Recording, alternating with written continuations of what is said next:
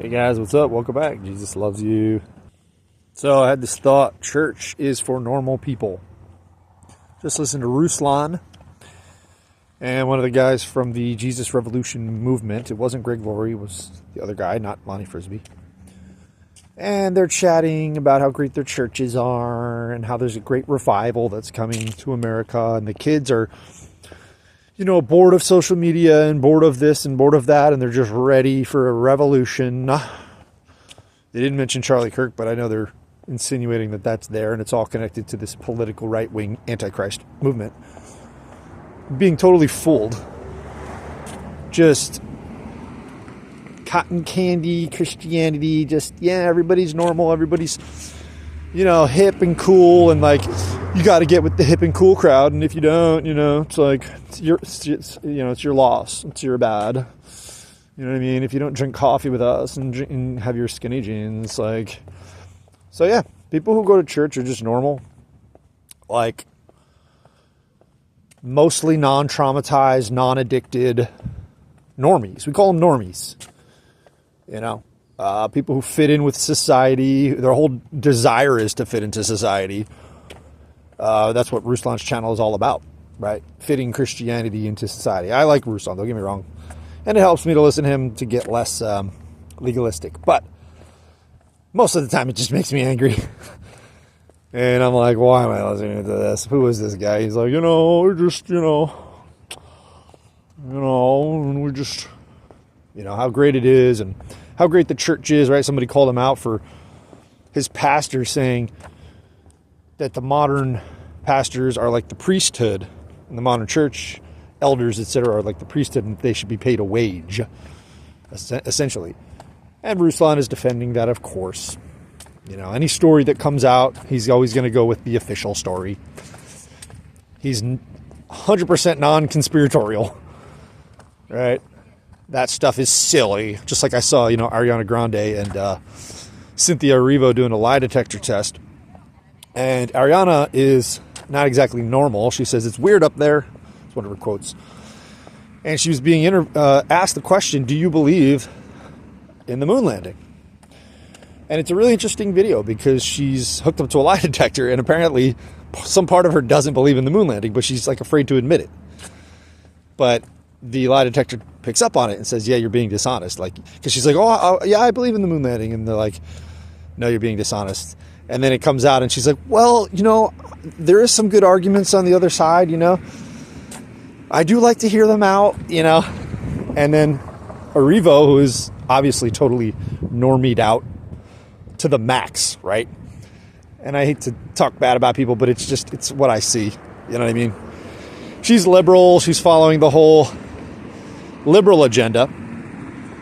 And she's kind of making fun of Ariana, but she's also being nice. But she's like, oh my God. And then there's this embarrassment. Oh my God. And, Ariana even said, if the whole world knew that I didn't believe, maybe that the moon landing maybe didn't happen. It's like, I don't want people to know that. See what I mean? It's fitting in society. The Bible calls it the fear of men. Right? We know that Pontius Pilate had an issue with that. He wanted to let Jesus free. His wife told him to. Said, I had a dream about that man. Wash your hands of him. He did it once. Right? Came back around again after he sent him to the other guy, to Herod. Herod sends him back to him. And then the people get in his head. What is, your boss going to think? What are the people going to think? So this is a human thing, I understand. But it's just unfortunate that the church is totally wrapped up in it. This guy from Calvary Chapel, like I said, total normie. By the way, real quick. So you have Cynthia Erivo, for example, on the left, who's like, oh, of course the moon landing happened, and she passes with flying colors.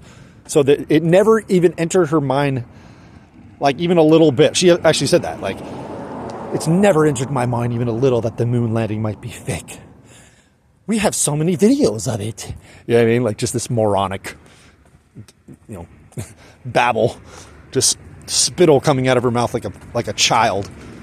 And I love kids, don't get me wrong, kids are smarter than that, you know what I'm saying? But brainwashed adults, they're less intelligent than small children.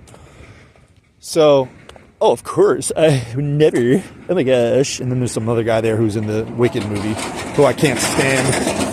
And he's talking about, oh yeah, I mean, but it's okay, Ariana. I mean, it's like, just accept it. You know what I mean? By the way, that Wicked movie was absolute garbage. It was like torture watching that movie. It's crazy. I don't know how is it so bad, but I was like, when is this going to be over? Oh my gosh, like the music was horrible. The dialogue was horrible. A lot of people are saying that. The best scene was obviously the fight scene between the two witches, the good witch and the bad witch. And there were some Christian elements as well. Anyway, so Arrivo's on the left-wing mainstream normie channel, right? Going along to get along, fitting in the world by believing all the stuff that the left-wing culture tells her, right? And we see that on her side. But guess what?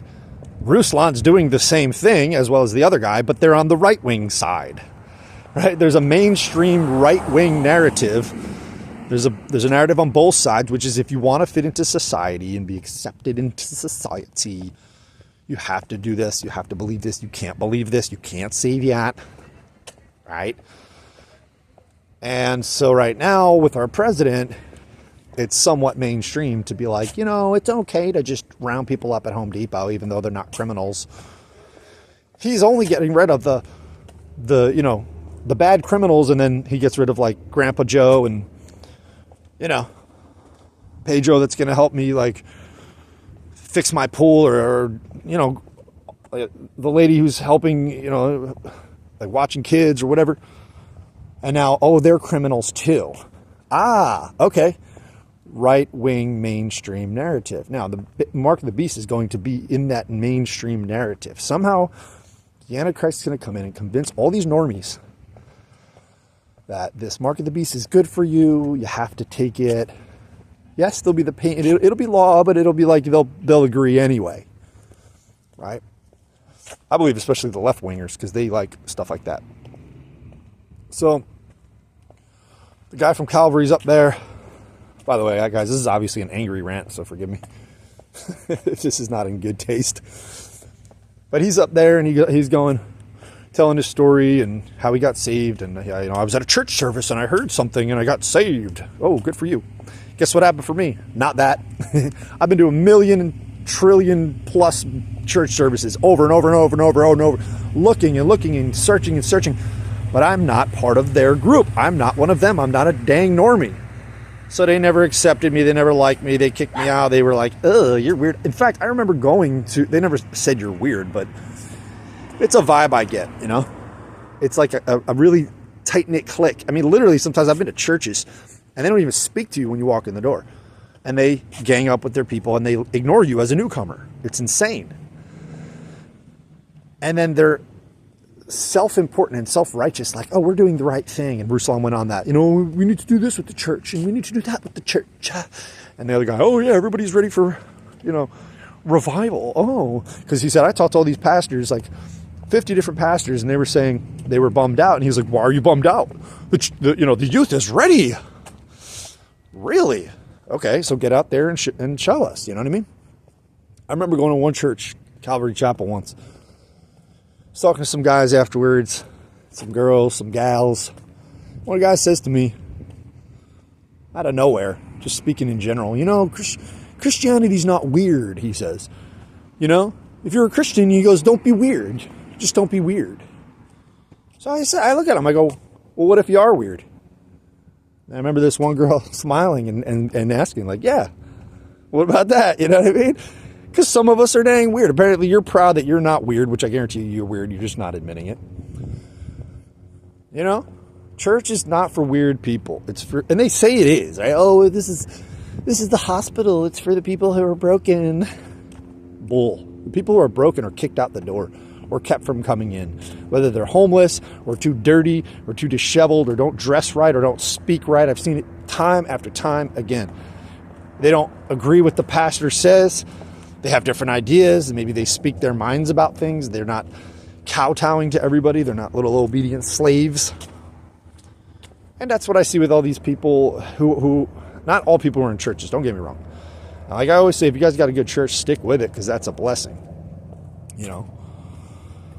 But it just seems to me, especially nowadays, if you're, you know, a lot of these churchy people, they all seem to be mainstream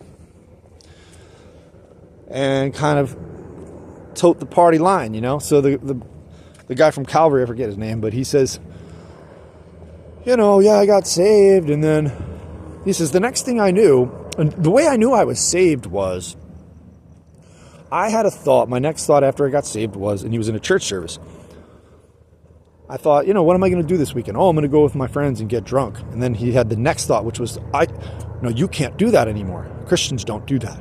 And then I knew I was saved. And I thought to myself after hearing him say that, wow, that sets you up for works-based salvation, doesn't it? Ooh, yeah. Ooh, see, once I knew I was obedient, then I knew I was saved. Now, I don't know. Maybe he's a free gracer. Most likely not, right? Now we're back under the law. We're back into obedience. Looking to us. So that's my feeling, guys. And I'm sure you've had that experience as well. Let me know in the chat your thoughts. In the comments, it's like the people who are hurting, who really technically would need the church and the services that they could provide, they're the ones who are cast out. Of course, there are some situations where those people are not cast out. They're helped. Even that seems to be somewhat limited. You know? Oh, well, you know, you didn't XYZ, so we can't really help you. You're not really worthy. This idea of the worthy poor versus the unworthy poor. You know, again, this is all right-wing ideology that has crept into the church unawares. To quote Jude 1:4, you want to talk about what's creeping in unawares, it's that stuff. You know, free gracers didn't creep into the church unaware. And every time anybody quotes that verse talking about free gracers or hyper gracers, they leave out the part that says they deny Jesus Christ, which obviously says that they're unbelievers. But I was there. I was a works-based salvation person, and I understand that they have an answer for everything. So every time we think it's a slam dunk on them, I remind myself, oh no, I know. In fact, I know exactly what they're going to say. I know what they're going to counter this with, right? I'm not going to give it to them on this because I know exactly what they would say if I brought that up. You know, so to each his own. I've never felt a part of the church. I've tried my whole life to try to be involved in church. And, you know, there's been different stints where I was accepted. And, you know, one church I was in was like pretty much like a cult, and they really accepted me. And that was, I was really involved with them until God gave me a dream one night and showed me, you got to get out before it's too late. And it was as clear as day, God is telling me this thing, you know, but the good thing is we have YouTube, we have online communities, we have each other. And the good thing is we're almost out of here, guys. Rapture's almost soon. The world can have the churches, they can have the organized churches. Do what you want with them, and they will.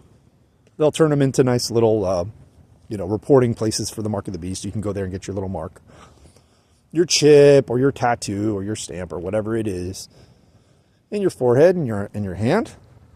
They already did that in 2020. Line up for your like the GOV says to do. We're here because that's the loving thing to do. Love your neighbor. Make sure you put on your mask. I saw it myself, guys. I got saved in the middle of the pandemic. No church involved. I simply read the New Testament. You guys know my story. And Jesus showed me this is true. I've rejected the gospel my whole life. I was in a pagan religion. Knee deep, neck deep in paganism. And God pulled me out. He pulled me out himself. And he said, it's the end times. We got to get to work. This is how God is working with us, guys. Our people. We can still go to church. You know, sometimes it's good. And you know what? It's a blessing for them. We're blessed. They're lucky when we come. And we've seen that too. I'm sure you've seen that also. Where we do come, people envy us. People want us to come. Now, some people might kick us out, but other people are saying, no, come back. They want us. They love us. We have something they desire. We have the light of Christ in us. We understand the gospel. You know? It almost seems like, and I know it's a radical statement to make, but it almost seems like people who are super churchy, I'm not talking about if you go to church, that's fine. But people who are like really, really into the church, and that's their whole thing, it's like two classes, you know, and it's like they're creating that. It's a class system. It's a hierarchy. But to me, honestly, it seems like the people who are like all into the churchy stuff and like super duper churchy, like some of these people, I don't even think they're saved because they don't understand the gospel and they fight me to the death about lordship salvation, but they'll say, I'm not a lordship salvation. Why do you call me that? I just believe, you know, you have to make Jesus Lord of your life and you have to follow him and you have to do. Did you hear what you just said? You said the word do. What does that mean? Well, I don't know. That's works. That's not works. Do is not works. Do is the definition of works. Right? Do. So, seems to me that the organized churches are going to bring in the mark of the beast system, and these normie Christians are going to go along with it. And the Bible talks about that in Revelation and elsewhere. Jesus said this would happen. It's not going to be, it's going to be a Christian takeover. So, those are my thoughts, guys. I can keep going, but you know what I'm saying. God bless you. Jesus loves you. Keep coming back. We got to do what we got to do. We're in a different group, and, you know, maybe I'm being too judgmental of my brothers and sisters over there. But at the same time, like I said, I believe that a lot of them are not saved. A lot of them are tribulation saints, and the church organization itself will bring in the mark of the beast. It'll be part of it, right? The false prophet is the religious person who brings it in and supports it, and the churches are going to support it as well. So, I love you guys. Keep coming back. Jesus loves you. Let's keep going. He's coming soon, guys. God bless. Peace.